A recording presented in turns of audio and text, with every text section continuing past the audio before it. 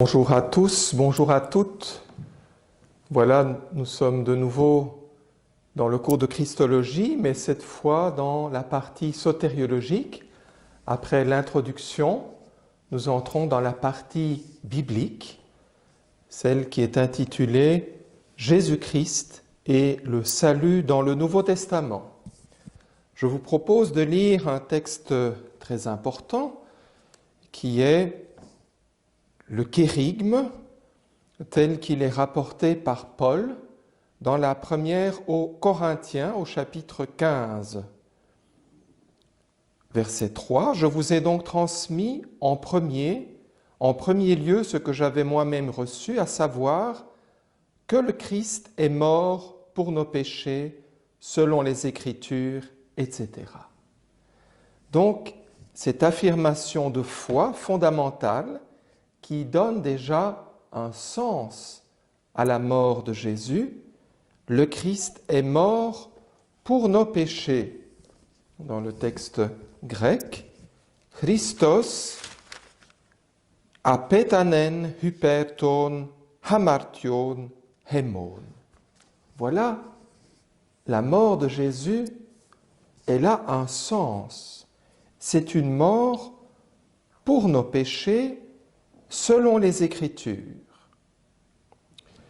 C'est une forme extrêmement ancienne de parler de la rédemption, mais qu'est-ce que cela veut dire?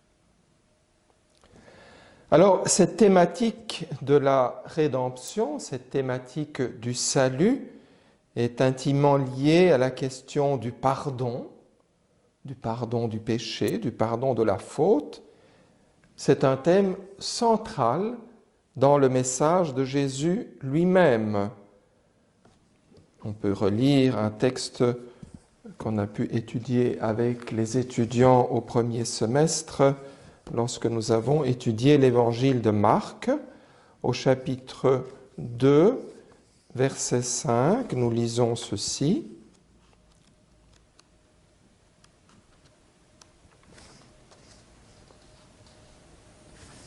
Donc, c'est la guérison du paralytique. Jésus, voyant leur foi, dit au paralytique, « Mon enfant, tes péchés sont remis. » Cette question du salut, liée à un pardon, est reprise encore, par exemple, en Luc 19, avec l'épisode sur Zachée. Luc 19. Je vous lis les versets 9 à 10 qui concluent l'épisode.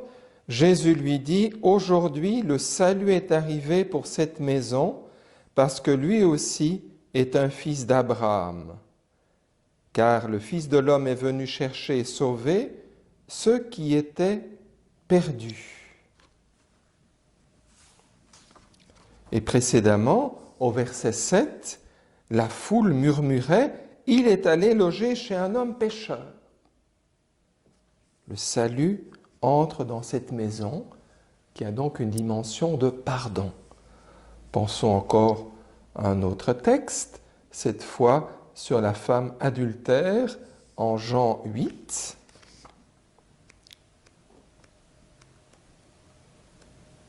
Jean 8, versets 10 à 11.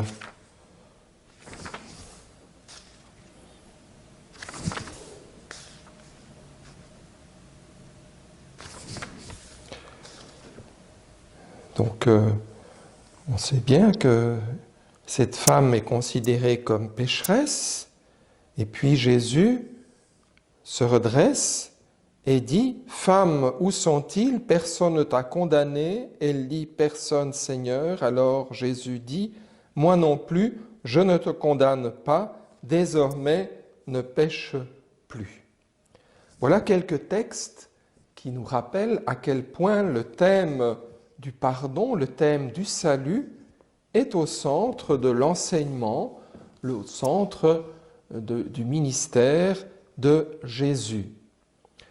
Dans le passé, la théologie s'intéressait avec un grand intérêt au thème de l'expiation et de la satisfaction, non seulement en théologie, pour l'intelligence de la foi, mais aussi en spiritualité. Dans l'époque que nous vivons, l'époque moderne, l'époque contemporaine plus exactement, eh bien, il y a eu comme un certain malaise face à cette terminologie, et même le thème de la rédemption n'avait pas bonne presse. Aujourd'hui, on assiste à un renouveau de l'intérêt sur le sens de la rédemption, de l'expiation, etc. Alors,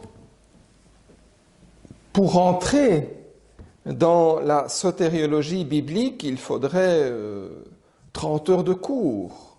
Nous sommes limités à 3 heures, alors donc ce sera une manière extrêmement concentrée, extrêmement ramassée pour découvrir les allées principales de la sotériologie néo-testamentaire. Je vais essayer de vous donner les clés principales pour essayer de comprendre à la lumière du Nouveau Testament qu'est-ce que le salut, qu'est-ce que la rédemption apportée par Jésus-Christ, notre Sauveur. Rappelons-nous, au premier semestre, l'un des titres du Christ que nous avons étudié était le Sauveur, Jésus le Sauveur. Rappelons-nous tout ce qui a été dit à propos de ce titre. Cela indique déjà l'importance du salut dans la mission de Jésus. Alors, on peut découvrir tout un vocabulaire qui gravite autour de la notion du salut. En plus de ce terme, salut, soteria, il y a la rédemption, j'en ai déjà parlé, il y a l'expiation, j'ai déjà relevé ce terme. En lien avec tout cela, le rachat, la rançon, l'achat, la libération, le sacrifice, la justice, le pardon, la réconciliation, l'adoption filiale, etc. Alors, commençons par le terme le plus englobant, le plus général, celui du salut, soteria. Alors, le terme salut n'évoque pas tout le processus, mais surtout l'aboutissement. Cette notion suppose une situation de malheur, de souffrance, de mal. La notion de salut doit être prise dans un sens très vaste. Donc, une situation initiale, et le salut consiste précisément à sortir de cette situation de malheur, sortir pour ne plus y tomber. Théologiquement, cette notion de salut renvoie dans l'Ancien Testament et ensuite dans le Nouveau Testament à une situation d'impasse, à une situation telle que l'homme ne peut s'en sortir sans le secours de Dieu ou le secours d'envoyé de Dieu. Et le cas le plus extrême, c'est l'impasse mortelle du péché. Voilà cette situation de départ, cette situation extrême à partir de laquelle, eh bien, il faut aborder la question du salut. Alors, pourquoi cette situation tout à fait tragique pour l'homme? Eh bien, parce que l'homme est un être libre et Dieu prend au sérieux sa liberté et il permet à l'homme d'agir, même en choisissant le refus. Et Dieu impute à l'homme la responsabilité de ses actes. L'homme qui doit donc assumer les conséquences de ses actes, même s'ils sont pécheurs, avec tout ce que cela signifie.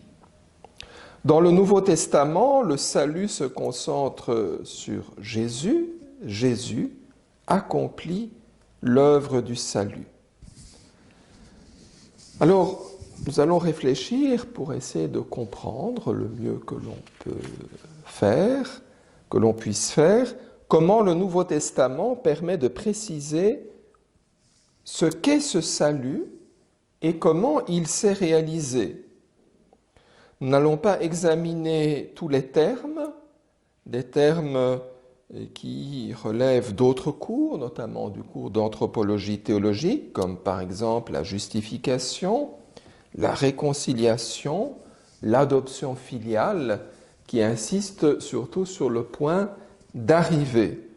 Ce qui nous intéresse dans ce cours, c'est le comment du salut. Le terme que nous allons examiner de près et qui nous aide à aller plus en profondeur sur le comment du salut est le terme rédemption. Vous avez une feuille de route où vous trouvez toute une série de termes grecs, donc lutrosis, la rédemption, qui vient du verbe lutroun. Dans le Nouveau Testament, on trouve ce verbe sous la forme lutroustai. Cela veut dire racheter, mais plus exactement délivrer au moyen d'une rançon. Et cette rançon, le moyen de délivrance, c'est lutron. Il y a encore anti-lutron, qui ajoute l'idée à la place de, donc une rançon payée à la place de. Il y a apolutrosis, une rédemption avec cette insistance sur le caractère définitif, apo. On s'est vraiment éloigné de la situation première. En lien avec ce vocabulaire de la rédemption, il y a encore le verbe acheter, agorazostai. Voilà, des verbes, des termes, des substantifs à étudier pour pouvoir cerner cette notion de rédemption, de rachat, de rançon.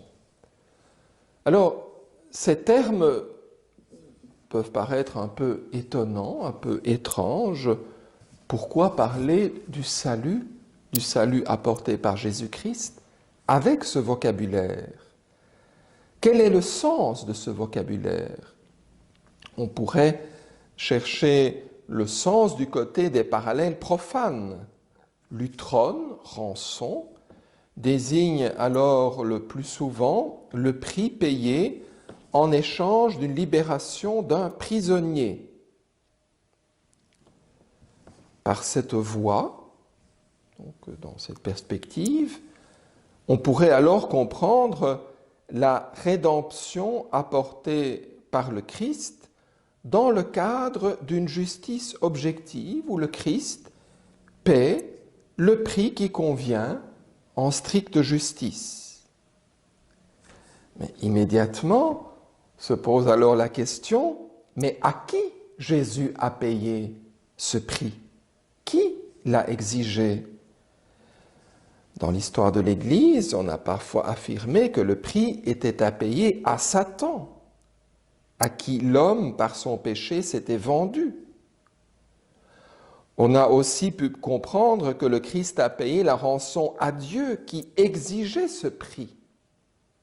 Mais on sent qu'on est vraiment sur une pente glissante. On peut entrer dans une théologie qui peut choquer, une théologie qui peut être en contradiction avec le trésor du Nouveau Testament. Un autre usage grec de ce terme de lutron, c'est le cas de la libération des esclaves. L'esclave qui voulait se racheter, au lieu de remettre directement le prix à son maître, il pouvait le confier au prêtre d'un temple qui la remettait au maître. D'une certaine manière, on considérait alors que le dieu de ce temple était ainsi censé racheter l'esclave et le protéger. Voilà dans quelle direction on pourrait s'aventurer avec un grand risque d'interprétation aberrante si on part de parallèles profanes. Or, il faut d'abord chercher du côté de l'Ancien Testament. Et dans ce cas-là, nous verrons que la rédemption ne peut absolument pas être assimilée à une transaction commerciale en stricte justice, donnant, donnant. Le Nouveau Testament, d'ailleurs, se réfère à l'Ancien Testament pour nous parler de la rédemption du Christ. Donc nous sommes dans la bonne voie pour être fidèles au Nouveau Testament et pour ne pas le tordre et arriver à des aberrations théologiques. Alors, le terme de lutron, au pluriel lutra, se retrouve dans la Septante pour traduire divers termes liés à la thématique de la rédemption. Vous verrez la retranscription de ces termes hébreux. Il y a Gaal, vous voyez ça sur votre feuille de route. Il y a Pada et aussi Kofer. Je vous renvoie aux références, par exemple pour le terme Gala, Lévitique 25-24. Alors Gala, ce terme du rachat, cette racine du rachat, au participe, cela donne Goël, un terme extrêmement important que je vous invite à retenir. Le Goël, c'est le rédempteur, c'est celui qui rachète. Et le processus, le rachat, la rédemption, c'est la Geoula. Et vous pouvez aller vérifier, donc en Lévitique 25-24, la traduction dans la Septante, c'est lutra. Donc c'est le vocabulaire du lutron. Je vous envoie encore à Lévitique 19-20, toujours lutra, mais cette fois-ci un autre terme hébreu, pada, racheté, qui a une autre nuance que celle de Gala, de Gaal. Pardon, je m'excuse, c'est Gaal, ce n'est pas Gala. Alors, enfin, donc, Kofer, Exode 21-30, par exemple, traduit aussi par lutra. Le Nouveau Testament nous parle bien que la rédemption accomplie par Jésus-Christ est une rédemption selon les Écritures, on a entendu, mort pour nos péchés selon les Écritures, et donc une rédemption annoncée par les prophètes. Je vous renvoie par exemple à Luc 1, 68, 70, le cantique de Zacharie.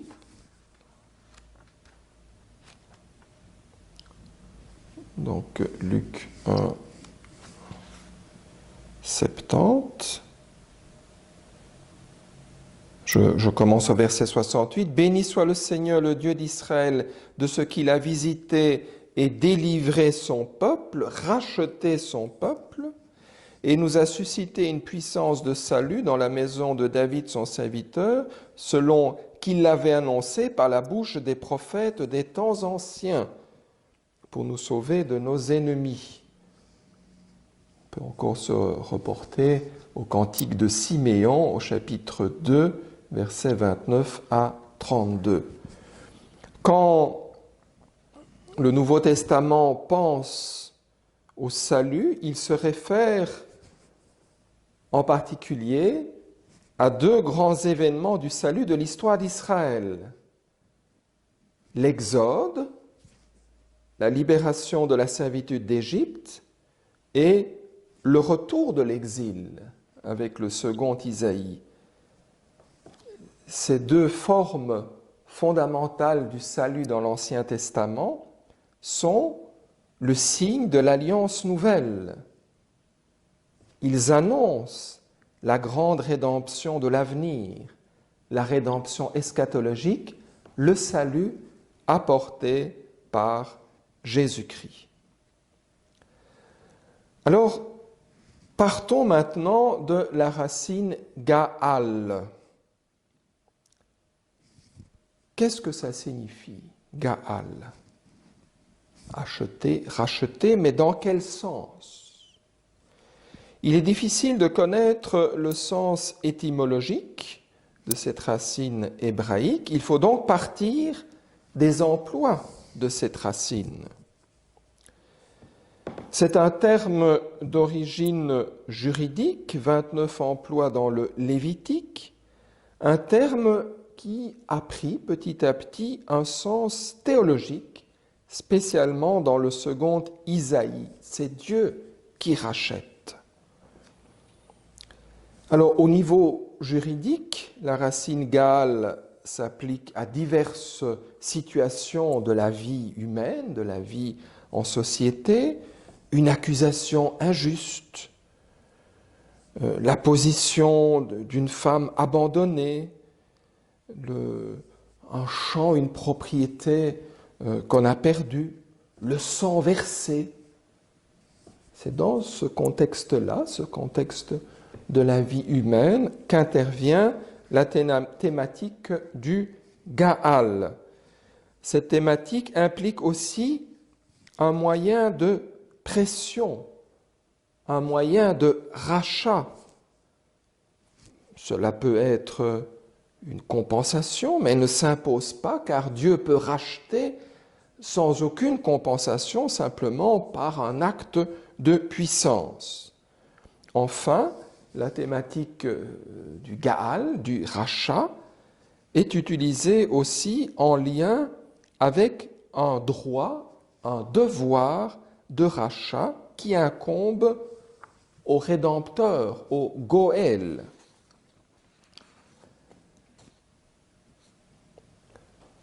Partons d'une situation concrète. Quelqu'un a dû, par exemple, vendre sa propriété, ses champs, ses maisons, ou pire encore, sa capacité de travail pour raison d'insolvabilité. Et en vendant sa capacité de travail, eh bien, on devient esclave.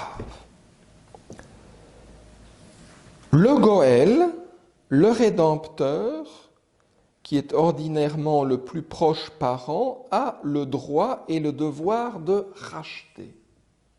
Le Rédempteur, le Goël, intervient pour faire le rachat.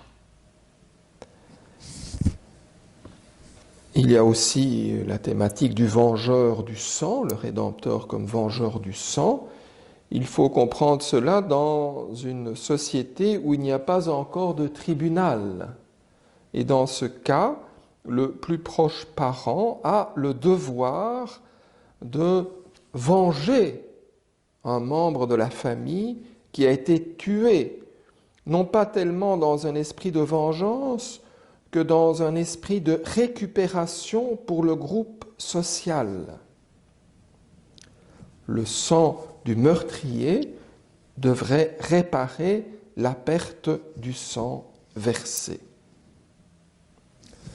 Donc, pour ressaisir et aller plus en profondeur, le sens de Gaal comprend une idée de libération à partir d'une situation d'aliénation. Et cela se fait par un changement d'appartenance. Le rachat est un changement d'appartenance. une personne qui appartient à un propriétaire revient à son premier propriétaire. Et cela en lien avec le droit de rachat, le devoir de rachat qui incombe au Goël, qui va revendiquer comme sien l'un de ses proches en vertu d'un lien de parenté.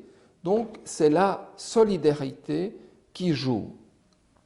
Alors le Goël peut donner une compensation, le prix kofer, qui n'est pas une valeur en stricte justice.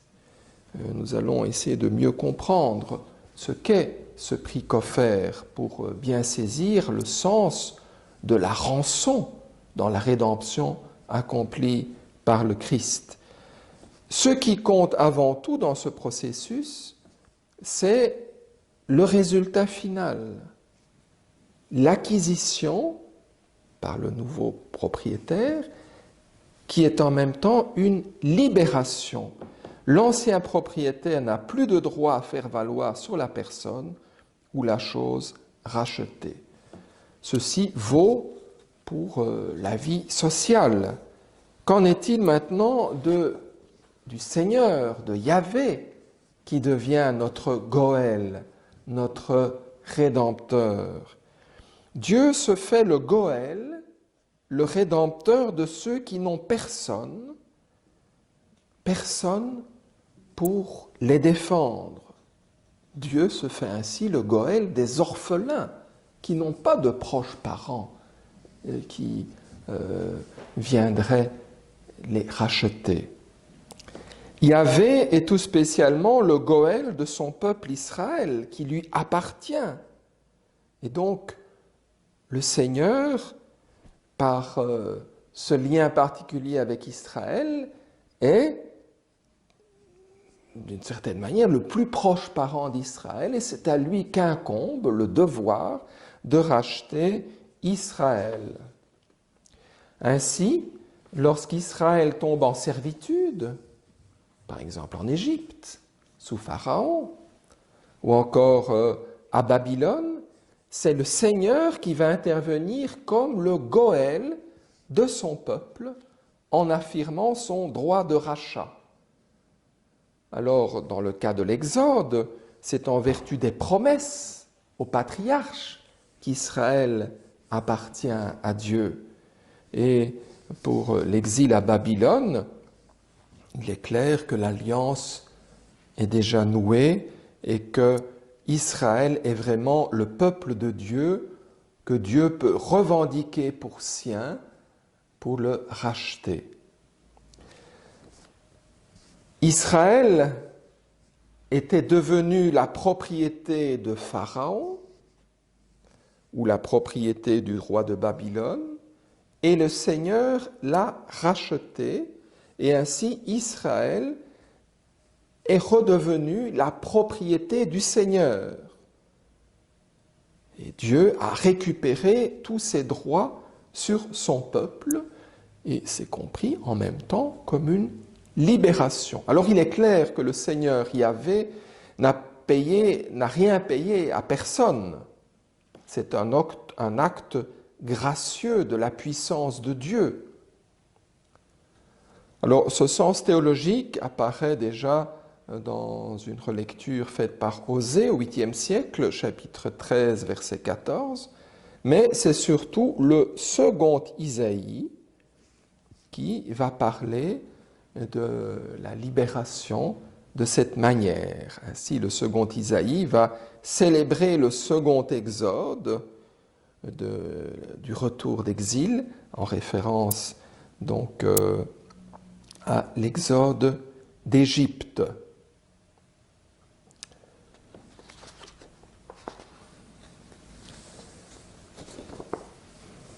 Donc, lorsque Yahvé intervient comme rédempteur pour faire le rachat, pour faire la rédemption, il le fait en raison de son rôle de plus proche parent. La rédemption consiste en un affranchissement qui est en même temps une acquisition, et cela se réalise par la puissance du Seigneur. Voilà pour l'usage de Gaal. Qu'en est-il maintenant de Pada? Donc c'est le deuxième terme. Pada, et en lien avec Pada, Pidion, donc le moyen de rachat, qu'il faut distinguer de Kofer, que nous verrons tout de suite. Donc c'est le moyen de rachat, mais sans référence au but. Pada signifie racheter, avec l'idée de changement d'appartenance, mais ici, ce terme ne précise pas la motivation et de plus ne fait pas référence à un rédempteur au sens strict, à un Goël. Pourtant, on peut utiliser ce terme de Pada pour parler de ce que Dieu fait, donc Dieu qui rachète son peuple. Passons au troisième terme essentiel, Kofer, je l'ai déjà évoqué. On peut traduire par rançon, mais on risque aussi de mal comprendre.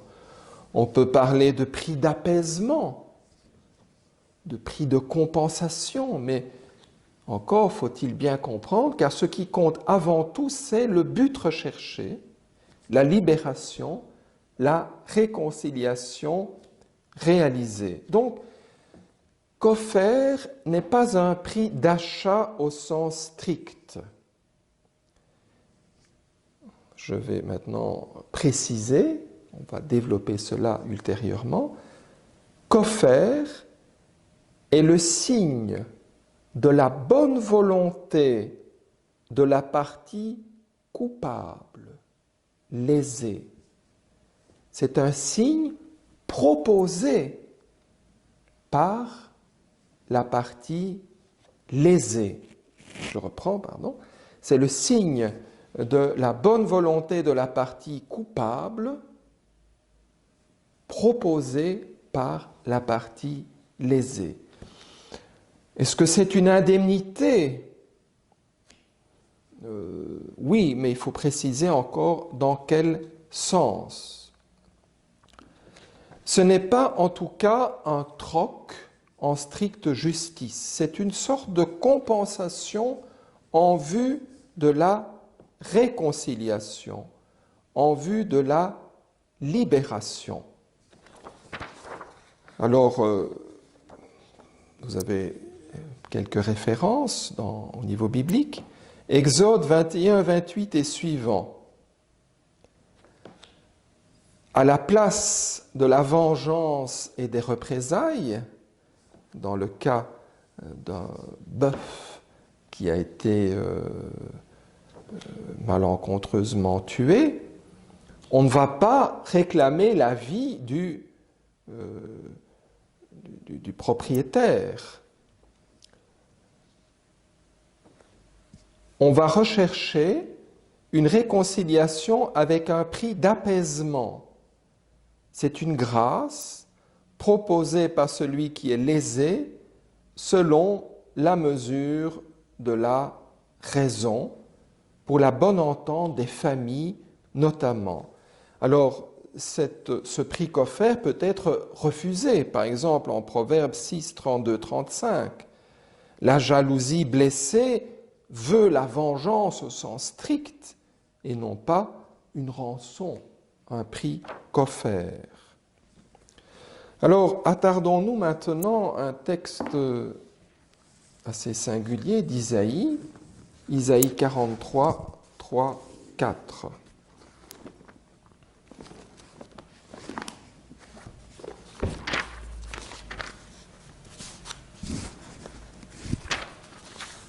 « 43, 3, 4.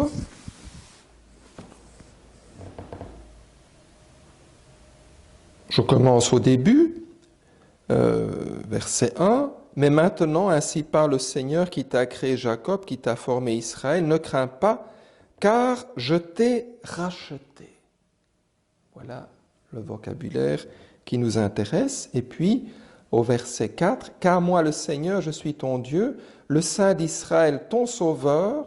J'ai donné l'Égypte en rançon pour toi, la Nubie et Séva en échange de toi, du fait que tu vaux cher à mes yeux, que tu as du poids et que moi je t'aime. Je donne donc des hommes en échange de toi, des cités en échange de ta personne. Alors ici, on a l'impression que Dieu va vraiment payer une rançon, l'Égypte des hommes. Cela indique la gravité de la situation où se trouve Israël, donc à Babylone. L'amour de Dieu pour Israël est si grand qu'il est prêt à payer le prix le plus élevé pour sauver Israël. Mais au sens strict, Dieu n'a rien payé à personne. C'est par un acte de puissance, par l'intermédiaire de Cyrus, que Israël va être libéré.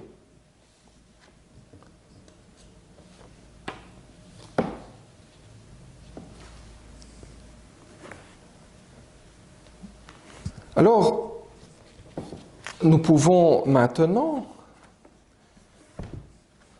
regarder déjà les textes du Nouveau Testament où apparaît cette terminologie de la rançon, du rachat, et commencer à entrer dans cette théologie de la rédemption qui est tellement surprenante et qu'il ne faut pas interpréter dans la perspective d'une transaction commerciale.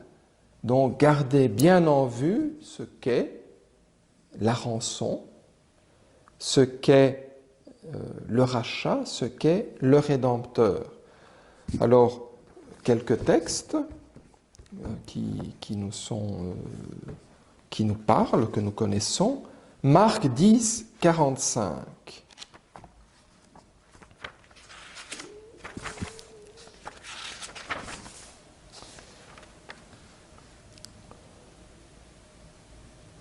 Le Fils de l'homme lui-même n'est pas venu pour être servi, mais pour servir et donner sa vie en rançon pour une multitude. En rançon pour une multitude. Qu'est-ce que ça veut dire? Eh bien, il faut tenir compte de tout ce que nous venons de découvrir dans l'Ancien Testament. Autre texte, Galates 3, 13.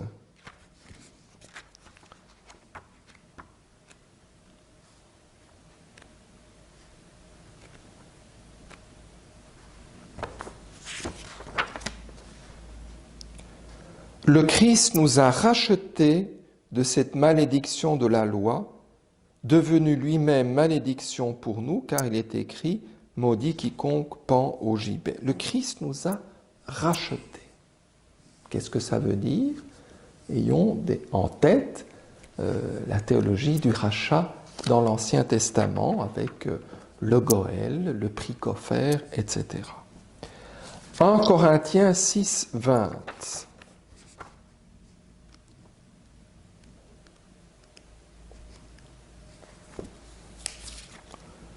Vous avez été bel et bien achetés. Glorifiez donc Dieu dans votre corps. Et puis, dans la même lettre, 7, 23, la même expression.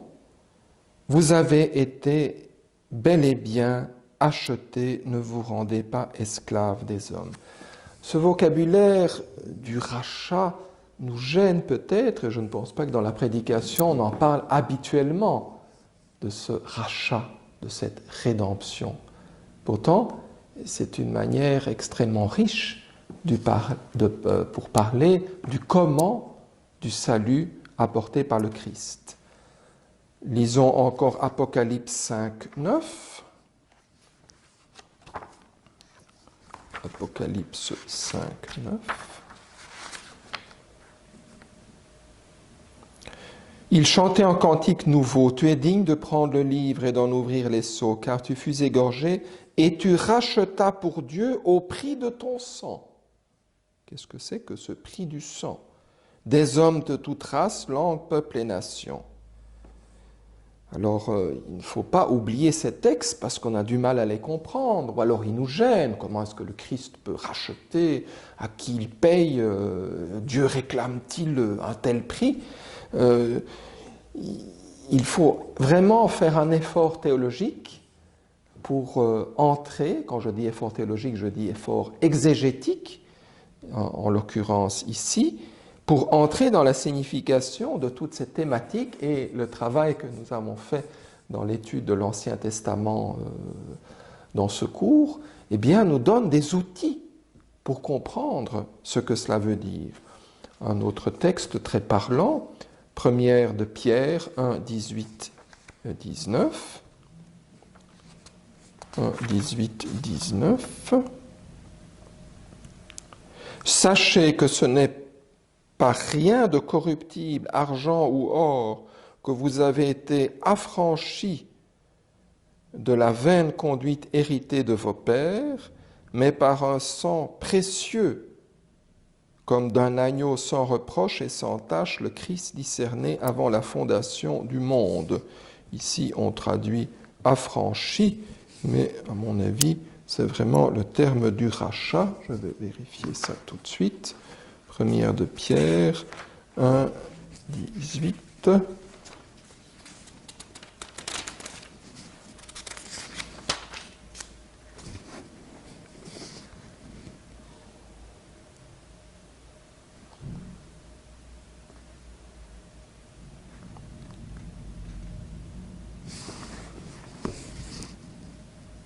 Oui, c'est le terme de l'utromaille, donc vous avez été racheté. Vous voyez, comme on utilise un autre terme, affranchir, parce que c'est plus compréhensible, mais littéralement, c'est donc l'utromaille. Ek lutrotete. Voilà. Alors, on va faire un pas de plus, une petite synthèse à ce stade avant de continuer, à partir de la théologie donc de la Géoula dans l'Ancien Testament. Que peut-on dire sur le sens du rachat, de la rédemption que Jésus est venu accomplir? Jésus s'est fait notre Goël. C'est-à-dire, il s'est solidarisé avec tous les hommes pécheurs, du fait de son incarnation, du fait de toute sa destinée sur cette terre. Et donc, le rachat consiste à utiliser son droit de rachat pour libérer les hommes et en même temps se les acquérir, les revendiquer comme siens. L'idée de rachat, nous avons vu, n'impliquait pas une somme versée à quelqu'un en stricte justice. D'ailleurs, Dieu rachetait par un acte de puissance sans rien payer à personne. Ici, il y a cette idée de rançon, c'est au sens vétérotestamentaire. Personne ne réclame cette rançon. Alors, qu'est-ce que ça veut dire, le prix du sang? Le prix qu'offert dans la perspective de la théologie de la Géoula. Le Christ, en payant le prix du sang, a payé le prix fort, parce que nous étions incapables de le payer pour notre affranchissement. Cela ne veut pas dire que le Christ a payé à quelqu'un, cela ne veut pas dire qu'il y a une sorte d'étalon de justice pour dire combien il devait payer, nous allons aller plus avant pour dire cela, mais nous avons déjà des éléments pour éviter une interprétation aberrante de toute cette théologie de la rédemption, du rachat, de la rançon.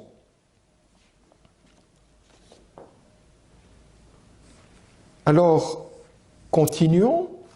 Donc, après avoir examiné le terme du salut, après avoir examiné le vocabulaire de la rédemption, entrons maintenant dans le vocabulaire du sacrifice et de l'expiation.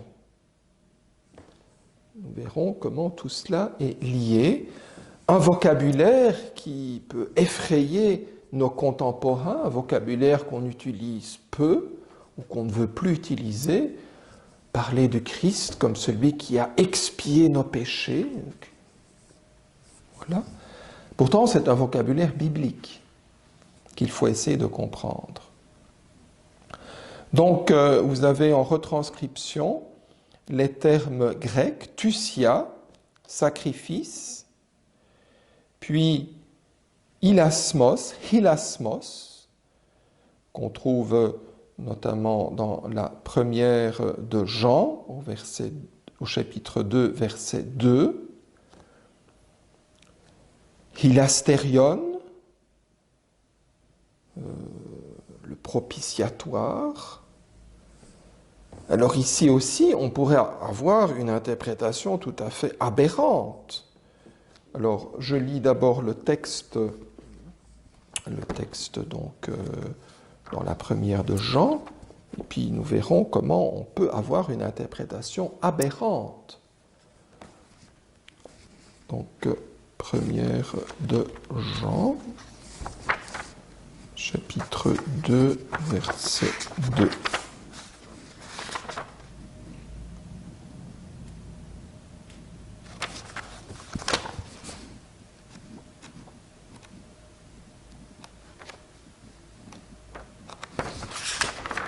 Voilà. Donc Jésus-Christ, le juste, c'est lui qui est victime de propitiation pour nos péchés. Victime de propitiation pour nos péchés, hilasmos. Encore un autre terme qu'on peut retrouver dans le Nouveau Testament, hilasterion, c'est le propitiatoire. Alors, hilaskomai, en grec, veut dire rendre propice, favorable. Et donc, est-ce que Jésus, comme victime de propitiation, est celui qui rend Dieu favorable, qui apaise la colère de Dieu? On peut rapidement glisser, à partir du sens grec, vers une interprétation tout à fait catastrophique du sacrifice du Christ. Le Christ aurait versé son sang en victime de propitiation pour rendre Dieu favorable, pour l'apaiser, pour apaiser son courroux. Et c'est ainsi que le Christ aurait expié la faute. Il aurait payé pour nous, en stricte justice, en supportant le châtiment que nous méritions. Et on entre alors dans la perspective du Christ, bouc émissaire, maudit, chargé des péchés, pour satisfaire un Dieu assoiffé de sang, un Dieu vengeur. Quelle image du christianisme! Alors on sait bien qu'un certain René Girard, anthropologue de renom, a beaucoup écrit sur cette thématique du bouc émissaire.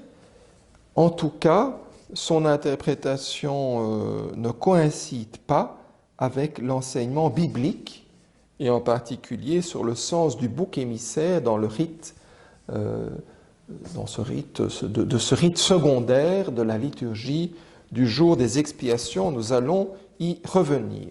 C'est important de bien interpréter ces expressions, donc de sacrifice, de victime de propitiation, et en lien avec l'expiation, pour ne pas entrer dans une théologie de la rédemption aberrante.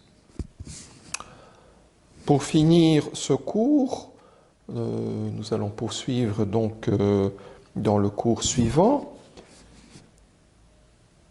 Le sacrifice, dans le Nouveau Testament, on parle du sacrifice du Christ. Il faut le comprendre à nouveau dans la perspective vétérotestamentaire. Alors bien évidemment, un sacrifice n'est pas offert à Dieu comme une nourriture dont Dieu aurait besoin. Pas dans le paganisme. Un sacrifice n'est pas d'abord l'effort que fait pour l'homme, quelque chose de pénible que fait l'homme pour entrer en communion avec Dieu. Le sacrifice, au niveau vétérotestamentaire, doit d'abord être interprété avec la notion de don, de cadeau, de présent. Et d'ailleurs, les deux termes emblématiques, génériques, pour désigner le sacrifice dans l'Ancien Testament, sont des termes de don.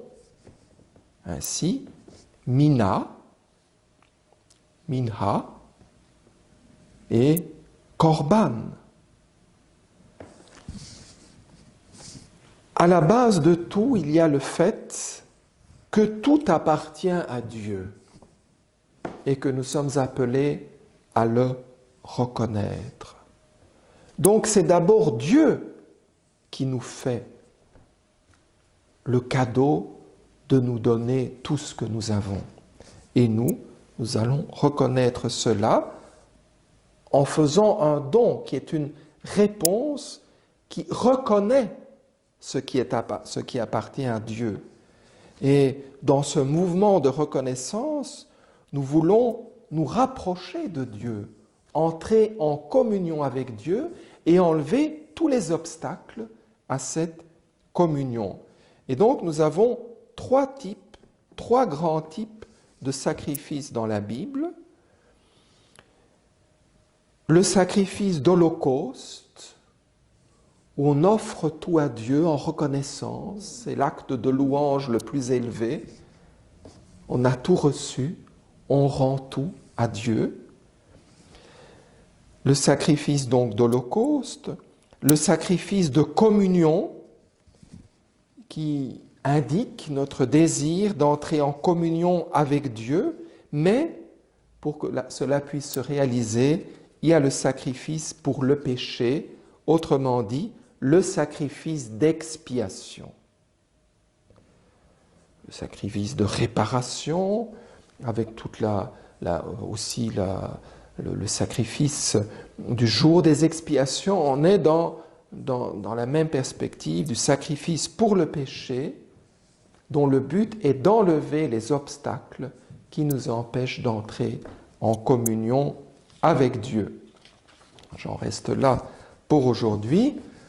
Au cours suivant, nous allons poursuivre notre recherche sur le sens donc du sacrifice et de l'expiation au niveau biblique. Cela nous permettra de comprendre de manière juste le sacrifice du Christ, l'expiation qu'il a réalisée pour nos péchés.